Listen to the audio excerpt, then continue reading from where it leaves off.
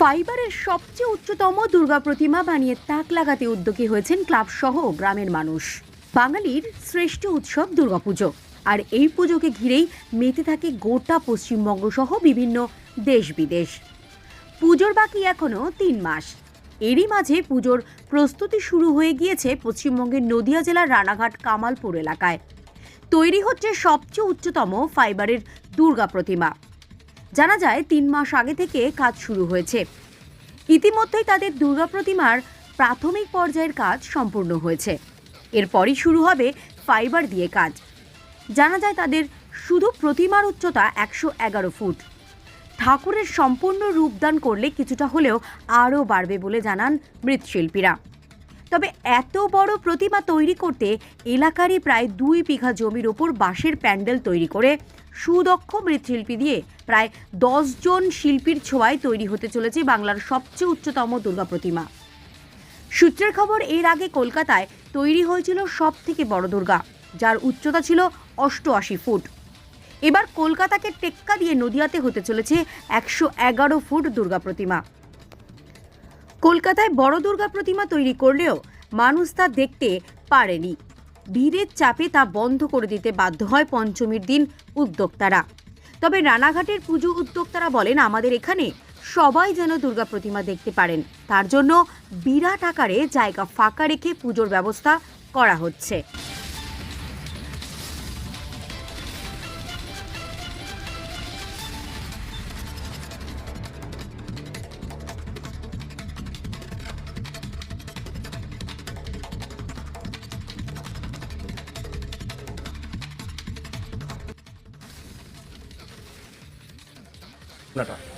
এইখানে কামালপুর অঞ্চলের অভিযান সংঘের ক্লাবের পক্ষ থেকে অভিযান ক্লাবের একজন কর্ণধার আছে, তিনি হলেন সুজয়দার মাথায় এসছে যে কলকাতায় সবথেকে বড় দুর্গা হয়েছিল, সেটা লোকে কেউ দেখতে পায়নি।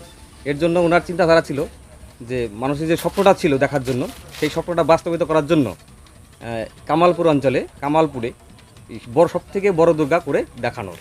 কতটা উচ্চতা? এটার উচ্চতা হবে 111 ফুট। এর থেকে বেশি হবে, সেটা সিক্রেট থাকছে, এখন বলবো না, সেটা পরে বলবো আমরা।